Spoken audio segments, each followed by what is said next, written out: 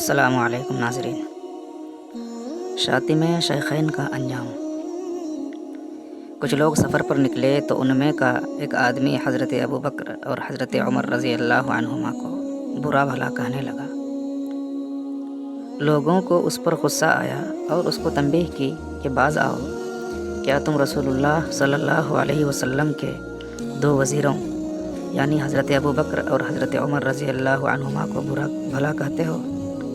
لیکن وہ شخص باز نہ آیا اور گالیاں دیتا رہا اور حضرت شیخین کی شان میں نامناسب الفاظ بولتا رہا۔ کچھ ہی دیر کے بعد اس شخص کو بیت الخلاء میں جانے کی ضرورت پیش آئی۔ جب وہ بیت الخلاء میں پہنچا تو شہد کی مکھیوں اور بھیڑوں کی جھنڈ نے اس پر حملہ کر دیا۔ وہ اس کو ڈسنے لگیں اور کاٹنے لگیں۔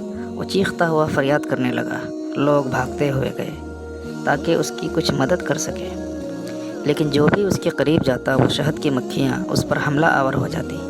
چنانچہ لوگوں نے اس کو چھوڑ دیا اور دور سے اس کو دیکھتے رہے۔ نتیجہ یہ ہوا کہ شہد کی مکھی اور بھیڑوں نے اس کا جسم چھلنی چھلنی کر دیا۔ تو دیکھا اپنے اللہ تعالیٰ اپنے دوستوں کا ایسا ہی دفاع کرتا ہے۔ دوستو، اگر ویڈیو اچھی لگی تو آپ ویڈیو کو لائک کریں، اپنے دوستوں میں شیئر کریں اور سبسکرائب والی بٹن لازمی دبائیں۔